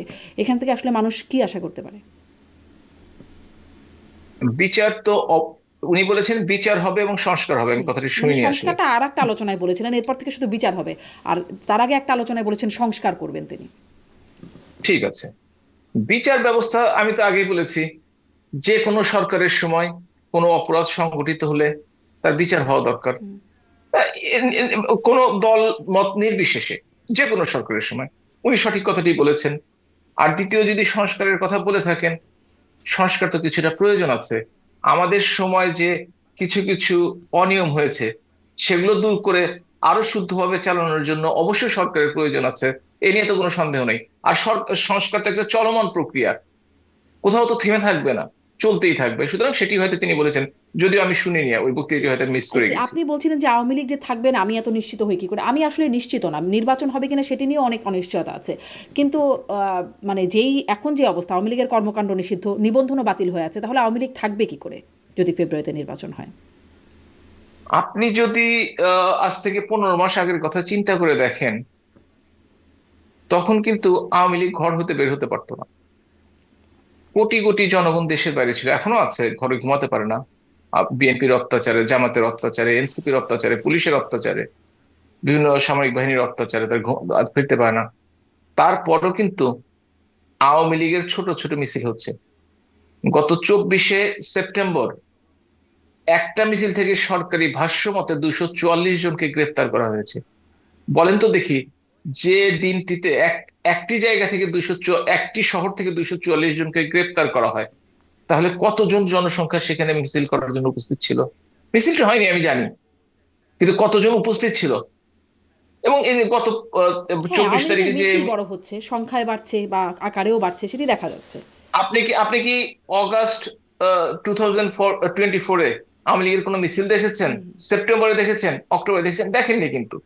অর্থাৎ সময়ের সাথে সাথে পরিবর্তন হচ্ছে, এবং আমি আশা করছি আগামী কয়েকদিন, কয়েক সপ্তাহ পরিবর্তনটি এই আরো আশার দ্রুত ভিত্তিটা ঘটবে। কি? মানে আপনারা কি করছেন বাংলাদেশের জনগণ, ঠিকভাবে, যে এখন আশা করছেন? বাংলাদেশের জনগণ এবং আন্তর্জাতিক বন্ধু, এই দুটোই হচ্ছে আশার ভিত্তি। আন্তর্জাতিক বন্ধু এখন আপনাদের কারা? মানে যেমন ধরেন, আমি যখন আপনারা 24শে নির্বাচনের আগে আগে অনেক শুনতাম যুক্তরাষ্ট্রের কাছ থেকে ফ্রি, ফেয়ার অ্যান্ড ইনক্লুসিভ নির্বাচন। এখন আসলে তারা নির্বাচনের কথা খুব একটা বলে না, আর যখন বলেছে তখন ইনক্লুসিভ শব্দটার কথা আর কখনো খুব একটা আসে না তাদের কথায়। আর কারা আপনাদের বন্ধু? তাদের কথা তাদের হচ্ছে। কেউ কেউ না, কেউ কেউ, কোন কোন অ্যাম্বাসেডর, বাংলাদেশে যারা হাই কমিশনার কিংবা অ্যাম্বাসেডর হয়ে আসেন, তাদের লেভেলটা হচ্ছে, যদিও তারা সেই দেশে ওই দেশের সর্বোচ্চ কর্মকর্তা, কিন্তু ইউরোপ, আমেরিকায় বা ইন্ডিয়া বা বড় বড় দেশে যে অ্যাম্বাসেডর আসেন, তাদের তুলনায় তাদের লেভেলটা কিন্তু অনেক নিচু, এটা নিশ্চয়ই আপনারা জানেন। এবং তারা যে কথাটি বলেছেন, 2 জন বা 3 জন এই কথাটি বলেছেন, কিন্তু 2বার, 3 জন, 3 জন সম্ভবত ইউএন এর একজন বলেছেন, ফ্রান্সের একজন বলেছেন, এবং আরো একজন বলেছেন। কিন্তু তারা কিন্তু তাদের ভাষা এখন পরিবর্তন করছে, যখন দেখছে ডক্টর ইউনূস খুব ভালো চালাতে পারছে না। কথা দিয়েছিল সেন্ট মার্টিন দিয়ে দিবে, দিতে পারছে না। কথা ছিল সামরিক করিডোর দিবে, সেটি হচ্ছে না। পোর্ট দিতে যে ধাক্কা খাচ্ছে, তখন তারা চিন্তা করে দেখছে এদেশে গণতান্ত্রিক সরকারি প্রয়োজন। এবং তারা যখন দেখছি ডক্টর ইউনূসের উপর থেকে তাদের যারা এমপ্লয়ের, তারাই মুখ ফিরিয়ে নিয়েছে, তখন এই লোকটি গ্রামীণ ব্যাংক ছাড়া আর চোপড়া গ্রামের কয়েকজন উপদেষ্টা ছাড়া তার সাথে আর কেউ নেই। সুতরাং এই অজনপ্রিয় এবং অসমর্থ এবং অথর্ব সরকারকে তারা সরিয়ে দেওয়ার জন্য চেষ্টা করছে। গত হুম। 3 মাসের মধ্যে আগে যেমন কিন্তু কোনোদিন, আপনাদেরকে সরিয়ে দেওয়ার চেষ্টা না না, করছিল, এখন গত 3 মাসের মধ্যে কিন্তু আপনি শোনেননি কেউ বলেছে ফ্রি ফেয়ার ইলেকশন, ইনক্লুশনটা বাদ দিয়ে, কারোর মুখ থেকে শুনেনি। এটা 3 মাসের আগে শুনেছেন, এই 3 মাসের মধ্যে কিন্তু আপনি শোনেননি। নিশ্চয়ই খেয়াল করে দেখবেন। না, 3 মাসের মধ্যে কেউ, মানে 3 মাসের মধ্যে হ্যাঁ অনেক আন্তর্জাতিক মানবাধিকার সংস্থাকে আমরা দেখেছি যে আওয়ামী লীগকে অন্তর্ভুক্ত করার কথা বলা হচ্ছে। এমনকি জাতিসংঘের সেই রিপোর্টটিতেও মানে অন্তর্ভুক্তিমূলক নির্বাচনের কথা বলা হয়েছিল, যে রিপোর্টটি আপনারা প্রত্যাখ্যান করেন। আপনি বলছিলেন যে আপনাদের আন্তর্জাতিক বন্ধু হচ্ছে যারা আসলে তখন আপনাদেরকে সরিয়ে দেওয়ার পেছনে কাজ করেছে, এখন ইউনূস সরকারকে সরিয়ে দেওয়ার জন্য তারা কাজ করবে। না, ইউনূস সরকারকে সরিয়ে দেওয়ার জন্য তারা কাজ করবে, আওয়ামী লীগ তাদের সাথে আসলে চলাচল করে না। তাহলে আপনাদের আওয়ামী বন্ধু লীগ কারা? তাদের সাথেই যায় যারা বাংলাদেশে একটি গণতান্ত্রিক দেশ হিসেবে দেখতে চায়, বাংলাদেশে একটি স্বাধীন সার্বভৌমত্ব দেশ হিসেবে দেখতে চায়। বাংলাদেশে কারো কাছে বাংলাদেশের একটু কারো কাছে করদ দিয়ে কিংবা বাংলাদেশে একটু কারো কাছে হস্তান্তর করে যারা ক্ষমতায় থাকতে চায়, তাদের সাথে আওয়ামী লীগের সম্পর্ক নেই। আওয়ামী লীগের সম্পর্ক আছে যারা বাংলাদেশকে গণতান্ত্রিক পন্থায়, তাদের আওয়ামী লীগ যে ক্ষমতায় আসতে হবে সেটা কিন্তু আমি বলিনি। হুম। আমি বলেছি গণতান্ত্রিক পন্থায় আওয়ামী লীগ বাংলাদেশকে ফিরতে হুম। আওয়ামী লীগকে প্রয়োজন আছে, সেই প্রয়োজনের কথা চিন্তা করেই তারা কিন্তু আওয়ামী লীগের সাথে তাহলে সম্পর্ক এই রাখছে। মুহূর্তে আওয়ামী লীগের আন্তর্জাতিক বন্ধু কারা? এটা কি আর নাম দিয়ে বলা যাবে? যে কোনো দেশে, এমনকি বাংলাদেশেও, আপনি আপনার কথা, আমাদের দেশের কথা চিন্তা করে দেখেন, আমাদের দেশেও কিন্তু কেউ আমেরিকার সাথে সম্পর্ক রাখে, কেউ রাশিয়ার সাথে সম্পর্ক রাখে, কেউ চীনের সাথে সম্পর্ক রাখে। তার অর্থ হচ্ছে পৃথিবীর প্রত্যেকটি দেশে এমন কেউ আছেন যাদের, যারা কারো কারোর সাথে সম্পর্ক রাখেন, অন্যের সাথে সম্পর্ক রাখেন। সুতরাং কোনো দেশ উল্লেখ না করে এটা বলতে পারি যে বাংলাদেশ আওয়ামী লীগের পক্ষে আন্তর্জাতিক লবিটি আরো শক্তিশালী হচ্ছে। বাংলাদেশ আওয়ামী লীগের পক্ষে এ কারণে তারা বুঝতে পেরেছে বাংলাদেশ আওয়ামী লীগ ছাড়া বা আওয়ামী লীগকে বাদ দিয়ে বাংলাদেশে গণতন্ত্র প্রতিষ্ঠা করা সম্ভব হবে না। এই যে কারণ আন্তর্জাতিক লবিটি সংখ্যাগরিষ্ঠ, শক্তিশালী হচ্ছে, এর সাথে এর জন্য আপনারাও কাজ করছেন, আপনারা বিভিন্ন আন্তর্জাতিক কনফারেন্স করছেন বা মানবাধিকার বিষয়ক বিভিন্ন জায়গায় বিভিন্ন ফোরামে আপনারা বিভিন্ন বক্তব্য তুলে ধরছেন। এর জন্য যে অর্থায়ন, এটি আপনারা কোথা থেকে? এখন আপনারা তখন খুব বিপর্যস্ত অবস্থায় আছেন, অনেকেই পালিয়ে আছেন দেশ ছেড়ে, সেখানে আসলে এই অর্থায়নটা কিভাবে হচ্ছে? কারণ মাঝখানে একটা খবর এসেছিল এটা যে এস আলম গিয়ে, যদিও সেই খবরের ওই যে শোনা কথাই, এস আলম ২৫০০ কোটি টাকা দিয়েছেন, আরও টাকা দেবেন, মনে হয় ৪,৫০০ কোটি টাকা দেবেন আওয়ামী লীগ এই অবস্থা থেকে পুনরুদ্ধারে, সেরকম একটা কথা শোনা গিয়েছে। আমরা আগে শুনতাম যে পলিটিক্যাল লিডাররা কান কথা খুব বিশ্বাস করে।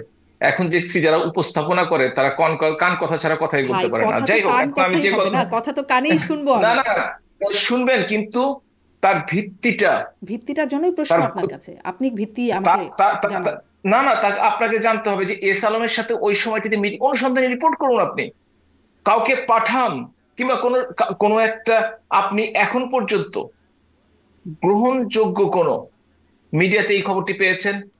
আমরা যদি ফেসবুক দেখে পাগল হয়ে যাই, তাহলে তো আওয়ামী লীগ কালকেই দেশে ফিরে যাচ্ছে, কিংবা আওয়ামী লীগের পূর্বতন সরকার আবার প্রতিষ্ঠিত হচ্ছে, কিংবা ডক্টর ইউনূস গত রাতে দেশ ছেড়ে পালিয়েছেন।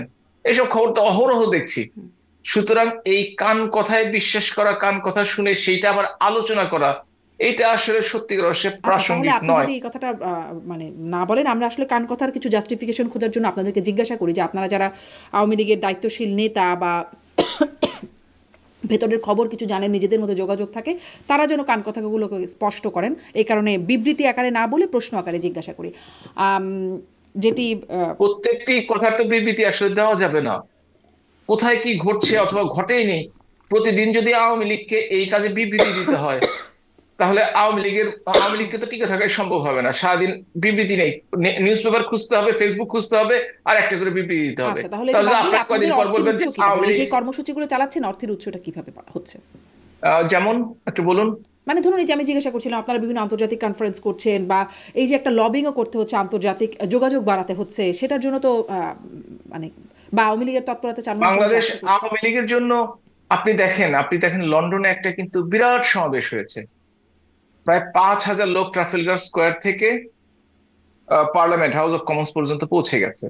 এটা বিরাট আলোড়ন তুলেছে ইউরোপে। এই টাকাটা এসছে কোত্থেকে? এসছে হচ্ছে প্রত্যেকটা অঞ্চলের আওয়ামী লীগের নেতা কর্মীরা ডোনেট করেছে। তারা বাস ভাড়া করে এসছে, নিজের খাবারটা নিজেরা নিয়ে এসছে, ব্যানারটা তারা নিজেরা তৈরি করেছে। আর যারা একটু ভালো অবস্থায় আছে তারা 200, 500, 1,000 পাউন্ড ডোনেশনও দিয়েছে। সুতরাং এই টাকাটা সেখান থেকে উঠে আসছে। আপনি দেখুন আমেরিকায় তো দেখতেই পাচ্ছেন, ওইটা করার জন্য তো আর কোনো টাকার প্রয়োজন হয় না। কিংবা আমি আমার এলাকার এমপির সাথে দেখা করব, হুম। আমি বলতে বোঝাচ্ছি যে বিদেশের কেউ কারো এমপির সাথে দেখা করবে, কিংবা জেনেভাতে যারা আছে তারা আমাদের কোনো একটা মিটিং করবে, এর জন্য আসলে খুব বেশি টাকার প্রয়োজন হয় সেটা কিন্তু আসলে না। এবং আওয়ামী লীগের নেতা কর্মীর সংখ্যা এত বেশি যে তারা কিছুটা সাহায্য করলেই এটা কিন্তু হয়ে যায়। জি, মানে আওয়ামী লীগের নেতাকর্মীরাই তো এখন অনেকেই আছেন যারা কোনো রকমের জীবন নিয়ে পালিয়েছেন বা দেশের বাইরে নিজেরাই বিপর্যস্ত অবস্থায় আছেন বলে অনেকেই বলেন, আবার অনেকে অবশ্য বলেন যে তারা বিলাসী জীবনযাপন করছেন। মানে আপনি আপনার যেটি আগের কথাটুকুই সত্যি, যে যারা দেশ ছেড়ে পালিয়েছে, বিশেষ করে যারা পশ্চিমবঙ্গ বা কলকাতায় আছে, দুই একজনের কথা বলতে পারবো না, তবে অধিকাংশ, বিশেষ করে যারা ছাত্রলীগ, যুবলীগ, স্বেচ্ছাসেবক লীগের নেতাকর্মী এবং আওয়ামী লীগেরও, তারা একটু কষ্টেই আছেন, কোনো সন্দেহ নেই, এটাই বাস্তবতা। জি। এবং এর ব্যাপারে আপনারা বিভিন্ন রিপোর্ট দেখতে থাকবেন, অনুসন্ধানী রিপোর্ট দেখতে থাকবেন, যে সত্যিকার অর্থেই তারা খুব একটা ভালো নেই অর্থনৈতিক ভাবে, এবং সামাজিক ভাবে তো নেই, আর মানসিক ভাবে তো তার মানে তারা চাঁদা দিচ্ছেন সত্যি তারা কথা যারা আসলে বিপদ। অর্থনৈতিকভাবে ভালো আছেন।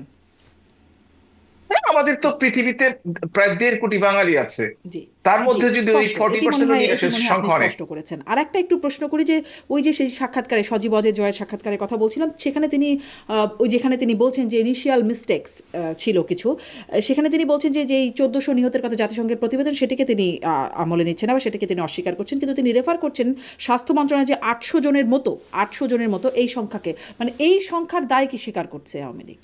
মানে 800 জনের মতো না, প্রথমে সেটিকে আসি। আমলে নিচ্ছে, হ্যাঁ। জাতিসংঘ হিউম্যান রাইটস কমিশন ফেব্রুয়ারির 12 তারিখে যে রিপোর্টটি প্রকাশ করেছে এবছরে, তাতে তারা উল্লেখ করেছে অ্যাবাউট 1400। আমি তাদের অফিসে গিয়েছিলাম, তাদেরকে জিজ্ঞেস করেছি, where did you get this number, 1400 is a big number. তারা বলেছে যে এইটা তারা পেয়েছে ডিফারেন্ট সোর্স থেকে। আমি তখন বলেছি, তোমরা কি সেই নামের লিস্টটা দিতে পারবে? তারা সে ব্যাপারে অপারগতা প্রকাশ করেছে। আপনি যদি বাংলাদেশের স্বাস্থ্য একটু জিজ্ঞেস করি, মন্ত্রণালয়ের, কেন দিতে পারবে না? অপারগতার কারণ কি?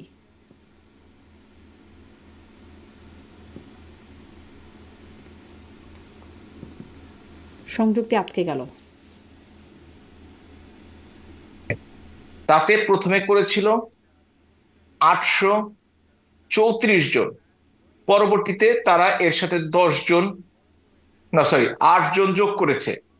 8 জন যোগ করে এটা করেছিল 842 জন, এবং পরবর্তী তারা একটা প্রজ্ঞাপনের মাধ্যমে 10 জনকে বাদ দিয়েছে, অর্থাৎ আবার 830, 34, 32 রইল। পরবর্তীকালে প্রথম আলো রিপোর্টে যদি দেখে থাকেন, ওইখান থেকে আরো 52 জনকে বাদ দেওয়া হয়েছে, কারণ কেউ পানিতে ডুবে মারা গেছে, কেউ রোড ট্রাফিক অ্যাক্সিডেন্টে মারা গেছে। তাহলে 830 জন থেকে 50 জন বাদ দিলে থাকে হচ্ছে 780 জন। এবং এই 780 জনের মধ্যেও জামাতে ইসলাম 10 ভলিউমের একটা বই বের করেছে এই জুলাই আগস্টে যারা মৃত্যুবরণ করেছে তাদের জন্য। তাহলে তাদের সংখ্যাটি হচ্ছে 691 জন। ঠিক আছে, 691 জন। তাহলে তারিখটি কবে? তারিখটি হচ্ছে 15ই আগস্ট পর্যন্ত কিন্তু জাতিসংঘের রিপোর্টটি। তাহলে 15ই আগস্টে, কিন্তু স্বাস্থ্য মন্ত্রণালয় যেটা বলছে সেটা অবশ্য জুলাই আগস্টের আন্দোলন চলাকালীন। জুলাই আগস্টের আন্দোলন, তারা বলেছে যে ওই সময় যারা হয়েছে তাদের নামের লিস্টে এসে, তারা কিন্তু কোনো তারিখ উল্লেখ করেনি। এবং 15ই আগস্টে পর্যন্ত তারা করেছে। জননেত্রী শেখ হাসিনা দেশ ছেড়েছেন 5ই আগস্ট, সত্যি তো? অর্থাৎ আওয়ামী লীগ ক্ষমতায় ছিল 5ই আগস্ট দুপুর পর্যন্ত। তারপরে 3 দিন বা আড়াই দিন কোন সরকার ক্ষমতায় ছিল না, আর্মি ক্ষমতায় ছিল। আর্মির চিফ নিজে বলেছিলেন যে আমি দায়িত্ব নিলাম জনগণের জানমালের নিরাপত্তার। তারপরে 8 তারিখ থেকে 15 তারিখ পর্যন্ত ক্ষমতায় ছিল ডক্টর ইউনূসের অন্তর্বর্তীকালীন সরকার। এবং এই যে এই 5 থেকে শুরু করে 15 তারিখ পর্যন্ত 10 দিন, এই 10 দিনে অন্তত 400-রও বেশি নেতাকর্মীকে হত্যা করা হয়েছে আওয়ামী লীগ। তো এই 400কে এর সাথে যোগ করে 691 বলেন বা 780 জন। হ্যাঁ, এখন কথা বলতে পারেন, তারপর তো 400 থাকে সংখ্যাটি, এর দায় দায়িত্ব আওয়ামী লীগ নেবে কিনা? অবশ্যই আওয়ামী লীগ যদি 400ই তার ক্ষমতাকালীন সময়ে কাউকে অপঘাতে মৃত্যুবরণ করতে হয়, তাহলে ডক্টর ইউনূসকে বাকি 400 বা 430 জনের দায় দায়িত্ব নিতে হবে। এবং এটা যদি মানবাধিকার লঙ্ঘন হয়ে থাকে, ওই হত্যাকাণ্ডগুলো কিন্তু মানবাধিকার লঙ্ঘন হয়েছে। আপনাকে ডেট গুলো ক্লিয়ারলি বুঝতে হবে। জাতিসংঘ রিপোর্ট বলেই সেটাকে চ্যালেঞ্জ করা যাবে না। Global centre for Democratic governance একটি ক্রিটিক্যাল অ্যানালাইসিস বের করেছে কানাডা থেকে, তাতে স্পষ্ট উল্লেখ করা হয়েছে যে এই সময়টিতে যারা হত্যাকাণ্ডের শিকার হয়েছে তাদের পূর্ণাঙ্গ তালিকা সহ, স্বাস্থ্য মন্ত্রণালয়টি সহ। এবং প্রশ্ন করা হয়েছে যে 5ই আগস্টের পর যারা মৃত্যুবরণ করেছে তাদের দায়িত্ব কেন আরেকজনের উপর চাপানো হচ্ছে? একদম বায়াস রিপোর্ট না। এবং আপনি যদি যে জাতিসংঘের রিপোর্টটির কথা বললেন, তার দ্বিতীয় পৃষ্ঠায় প্রথমেই লেখা আছে, ফার্স্ট লাইনটিতে লেখা আছে, this report was not published according to the editorial policy of United Nations organization. অর্থাৎ সম্পাদকীয় নীতিমালা মানা হয়নি এটিতে। এটা স্পষ্টভাবে লেখা আছে, আপনি যদি বইটি পড়ে থাকেন, আমি পড়েছি পুরো বইটি। এবং দ্বিতীয় একটি লাইনে লেখা আছে, পৃথিবীর কোন দেশে বা অঞ্চলে এইটা কোনো আইনগতভাবে এইটা ব্যবহার করা যাবে না। অথচ আইসিটি টার্মিনালে তারা বারবার বলছে, এবং বিভিন্ন আন্তর্জাতিক সংস্থা সমূহ ওই হিউম্যান রাইটস কমিশন রিপোর্টকে ফলো করে 1400 বলছে। 1400 শব্দটি জাতিসংঘ প্রমাণ করতে ব্যর্থ হয়েছে। আচ্ছা, এবং ওই তাকে সময় যখন যেহেতু আমি ইন্টারনেট একটু কানেকশন দুর্বল হয়ে গেছিল, আমি জিজ্ঞাসা করছিলাম যে জাতিসংঘের কাছে যখন আপনি গেলেন এবং বললেন যে 1400 জনের তালিকা দিতে, তারা অপারগতা প্রকাশ করলো, কেন কেন দিতে পারলো না? তারা বলেছে তারা ডিফারেন্ট সোর্স থেকে সংগ্রহ করেছে, এবং তারা এ ব্যাপারে আর কোনো কথা বলেনি। তাদের এবং কাছে কি তারা সেই যে তালিকাটা আছে? আছে? তাদের কাছে সম্ভবত তালিকাটি নেই। কারণ কি, আপনি একই এই নাম কথাটা তিনবার কাকে এসছে। জিজ্ঞাসা করেছেন? ওনার নাম হচ্ছে Rory Mungoven. He is the chief of Asia Pacific region, এবং বাংলাদেশের যে অফিসটি এবং যে রিপোর্টটি বের হয়েছে তার তত্ত্বাবধানে বের হয়েছে। আমি প্রকাশ্যে বলছি, হুম হুম। এটা গত 3 তারিখ সকাল 10টার সময় জেনেভাতে মিটিংটি হয়েছে, এবং তারা আরেকটি রিপোর্ট প্রকাশ করতে চেয়েছে। আমি বাংলাদেশের বর্তমান অবস্থা সম্বন্ধে তাদেরকে বলেছি, এবং বলার কারণে তিনি প্রথমে কিছুটা ডিনায়াল সিম্পটম ছিল। ওইখানে দেখা আছে রিভেঞ্জ অ্যাটাক, যে আওয়ামী লীগ যে অ্যাটাকটা করেছে সেটা হচ্ছে violation of human rights and abuse of human rights. কিন্তু যখন রিভেঞ্জ অ্যাটাক করা হলো, বিএনপি জামাত ছাত্ররা করলো, সেটাকে কিন্তু তারা সফটলি দেখানোর চেষ্টা করা হয়েছে রিভেঞ্জ অ্যাটাক বলে। ধরেন আমি কাউকে অ্যাটাক করেছি আওয়ামী লীগের পক্ষ থেকে, এটা অফকোর্স হিউম্যান রাইট ভায়োলেশন, কিন্তু আপনাকে অ্যাটাক করেছি, কিন্তু আপনার আত্মীয় স্বজন এসে আমার আত্মীয় স্বজন বা আমাকে অ্যাটাক করলো, সেটাকে তারা রিভেঞ্জ অ্যাটাক বলে উল্লেখ করেছে। এই রিপোর্টটিতে আগামী 29 তারিখে এটা পূর্ণাঙ্গ রিপোর্ট প্রকাশ করা হবে, অর্থাৎ আর 2 দিন পরে। রিপোর্টের একটা কপি আপনাকে পাঠাবো, আপনি দয়া করে রিপোর্টটি পড়বেন। এবার ওয়েবসাইটে পাওয়া যাবে globalcdg.org, এই ওয়েবসাইটে পাওয়া যাবে। এবং দেখবেন ইউনাইটেড নেশনস এর রিপোর্টে কতটুকু ফাঁক রয়েছে, কতটুকু বায়াসনেস রয়েছে, এবং তারা মেথোডোলজি ফলো করে নাই, এবং তারা এভিডেন্স জোগাড় করে নাই। এবং আরেকটি ব্যাপার হচ্ছে, ডক্টর মিস্টার ভলকার টুর্ক, তিনি কিন্তু 3 তারিখে আর্মিকে ফোন করেছিলেন, এবং পরবর্তীকালে সেটা বায়াসনেসের পরিচয়। পরবর্তীকালে এই রিপোর্ট প্রকাশ করার আগে ডক্টর ইউনূসের সাথে সাক্ষাৎ করে গেছেন। তাদের নিউট্রাল থাকা দরকার। আমরা মনে করি তাদেরকে অবশ্যই নিউট্রাল থাকা দরকার। যে অপরাধ করেছে, আওয়ামী লীগ অপরাধ করেছে, বাংলাদেশ সরকার আমাদের সঙ্গে অপরাধ করেছে, আমরা অপরাধী যতটুকু করেছি, কিন্তু তারা যদি সেটা কাউকে ফেভার করতে যে রিপোর্টটাকে সঠিকভাবে উপস্থাপন না করে, তাহলে এই রিপোর্টটি কিন্তু ভবিষ্যৎ রিপোর্টগুলো কিন্তু তারা সেই তারা যে এখন যে রেসপেক্ট পায়, তারা যে গ্রহণযোগ্যতা আছে, সেটা কিন্তু কমে যাবে। এবং আমি মনে করি এই রিপোর্ট প্রকাশ করার জন্য যিনি দায়িত্বপ্রাপ্ত, সে ভলকার টার্ক, তার তো পদত্যাগ করা উচিত, তার তো চলে যাওয়া উচিত। জি, কারণ মানে সেই এটা রিপোর্টের প্রমাণিত যে এটা বায়াস রিপোর্ট। রিপোর্টের সমালোচনা করতেই পারেন, কিন্তু আপনি বলছেন যে 400 না, জন রিপোর্টের সমালোচনা আমি করছি না, আমি সংখ্যার সমালোচনা করছি। সংখ্যার সমালোচনা আমি করছেন। মিথ্যার তথ্যের সমালোচনা করছি, জি, আমি সংখ্যা রিপোর্টের সমালোচনা একদম করছি স্পষ্ট, না। একদম স্পষ্ট না, সেখানে আমি প্রশ্ন করছি না আসলে, যে সংখ্যার সমালোচনা করছেন। 1400 জনের তালিকা যেহেতু আমরাও দেখতে পাইনি, যার কারণে আপনি বলছেন যে আপনি নিজে গিয়েছিলেন, নাম উল্লেখ করে বলছিলেন কার সাথে কথা বলেছেন, কিন্তু আপনিও দেখতে পারেন নাই সেই 1400 জনের তালিকা। অতএব প্রশ্ন তো করতেই পারি আমরা যে কারা আসলে সেই 1400 জন। কিন্তু যে 400 জন আপনি বলছেন যে এই বাদ ওই বাদ করে বাদ দিয়ে আপনি বলছেন যে এই সময় 400 জনের, তার জন্য আপনারা দায় আপনারা নিবেন বলছিলেন যে তাহলে ডক্টর আমি ইউনূসকে দায় 400 নিতে জন হবে। না, কিন্তু আমি আমি 400 জন না, যদি এরা 834 জন হয়ে থাকে কিংবা 691 জন হয়ে থাকে, যারা এর জন্য দেয় তাদের দায় দায়িত্ব নিতে হবে। যদি ওই ক্রাইম ট্রাইব্যুনালস হোক আর বাংলাদেশের ফৌজদারি আদালত হোক, তাদের দায় দায়িত্ব নিতে হবে, অবশ্যই নিতে হবে। এবং আইনগত ব্যবস্থা যারা এর সাথে জড়িত তাদেরকে বিচারের আওতায় আনতে হবে। জি, সেখানে যে মানে সাবেক প্রধানমন্ত্রীর বক্তব্য লেথাল ওয়েপন ব্যবহারের, সেখানেই আসলে তো প্রশ্ন আসে যে প্রাণঘাতী অস্ত্র যাকে বলে, যে প্রাণঘাতী অস্ত্র ব্যবহারের, তাহলে কি মানে আপনারা মনে করেন যৌক্তিকভাবেই তাকেও বিচারের আওতায় আনা হচ্ছে? না, সেটা তো প্রমাণিত হবে আদালতে, কিন্তু আদালত যে আদালতের অবস্থায় প্রমাণ কি চলছে। আপনারা মেনে নেবেন? মানে আদালতের বিচার তো মানবেন আগেই না না না, বিচার আদালতের বিচার তখনই মানবো যখন আদালত সঠিকভাবে বিচার করে। যদি আপনি আদালতে আসামি পক্ষের যাকে আইনজীবী হিসেবে নিয়োগ দেওয়া হয়েছে, তিনি যদি হাসাহাসি করেন চিফ প্রসিকিউটরের সাথে, এবং তিনি যদি বলেন, একজন যদি আরেকজনকে বলেন, ভাই আপনি কেন হত্যা, মানে ফাঁসি দেওয়া হবে এই কথা বলে কেন বিচার চান, এই ধরনের যখন তারা অবস্থান করেন, তখন তো সেই কে যেন একজন বলছিল, ইউটিউবে দেখছিলাম, যে বিচারপতি জামাতের প্রসিকিউটর জামাতের, আশীর্পক্ষের আইনজীবী জামাতের। আপনাদের মনে আছে তাহলে নিশ্চয়ই, মানে আইনে যে কি হবে কারণে সেটা বুঝতে পারছি। যুদ্ধাপরাধের বিচার নিয়েও এখন কথা বলা হয় বা তখনও কথা বলা হতো, সেই স্কাইপ কেলেঙ্কারি, সেখানে স্কাইপের কথাবার্তা কিছুটা চলে আসলো, মানে এরকমই তখনও ছিল যে নিজেদের মধ্যে তখন কথোপকথন। কিন্তু তখন কিন্তু জামাতের পক্ষ থেকে দেশি এবং বিদেশি এবং যে দেশি শিল্পী থেকে শুরু করে সবাই, তখন কিন্তু তারা ফাইট করেছে, তারা হেরে গেছে, কিন্তু তাদের কিন্তু আইনি পূর্ণাঙ্গ সহযোগিতা দেওয়া হয়েছে। এই সময়টিতে কিন্তু সেটি হয়নি। কিন্তু এবং কারো বিচারপতি যদি পক্ষে ফেয়ার না সরকার থাকেন থেকে তাহলে আর আইনি পূর্ণাঙ্গ সহায়তা কেমনে হয়? বিচারপতি ফেয়ার ছিলেন কিনা আপনাকে তো যুক্তিতর্কে সেইটা, আপনি কি মনে করেন জামাতে ইসলামের এই 30 লক্ষ শহীদের রক্তের সাথে কোনো সম্পর্ক নাই, হত্যার সাথে কোনো সম্পর্ক নাই?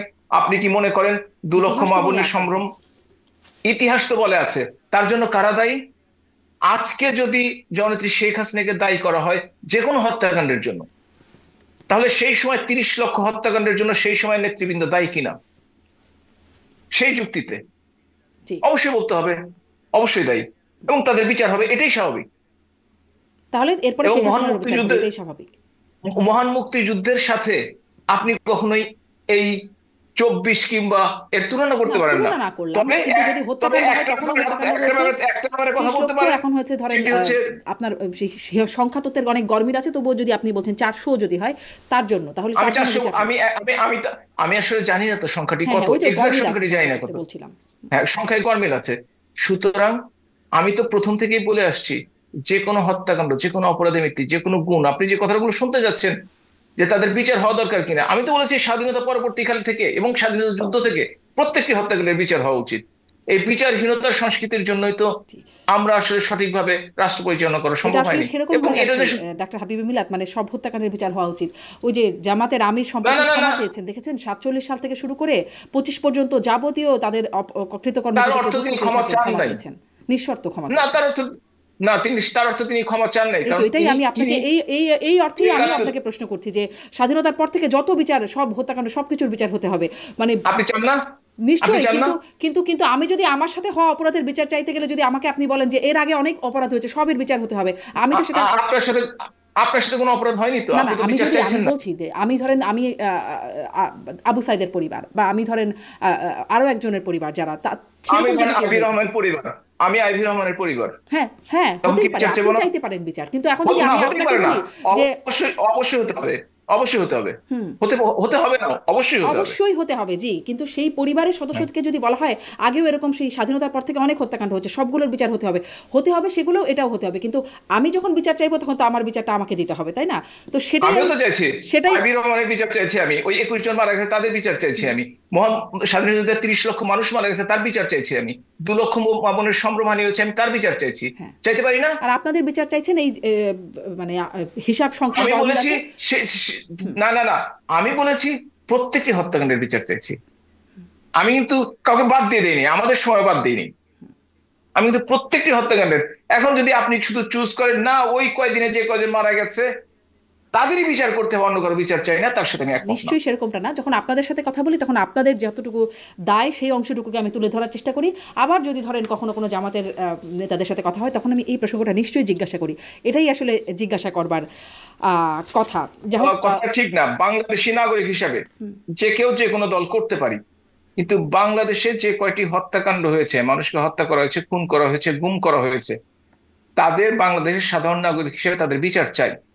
এইটা যদি অযৌক্তিক হয়ে থাকে, বা আপনার কাছে যদি অযৌক্তিক হয়ে থাকে যে আমি অন্য বিচার চাইতে পারবো না না, নিশ্চয়ই এটা অযৌক্তিক হতেই অন্য পারে না। সরকারের বিচার চাইতে পারবো না, সে কথাটির সাথে আমি সত্যিকার অর্থে জি, একমত হওয়া সেটি তো সত্যি হতেই কঠিন পারে না, কাজ। নিশ্চয়ই সেটি হতে পারে না, কিন্তু ওটাই আর কি প্রশ্ন, যে যখন আপনারা যখন কাঠগড়ায় তখন আমি আপনাকে। তো অস্বীকার করি নাই, হ্যাঁ, যে আওয়ামী লীগের সময় যেগুলো হয়েছে সেগুলো বিচার করা যাবে মানে না, আমি আসলে বাকিগুলো এই করতে হবে, প্রশ্নই আমি তো করছিলাম একবার যে বলি নাই। জামাতের সেই সময়ের অপরাধের জন্য জামাতের নেতৃত্বদের যদি বিচার হওয়া দরকার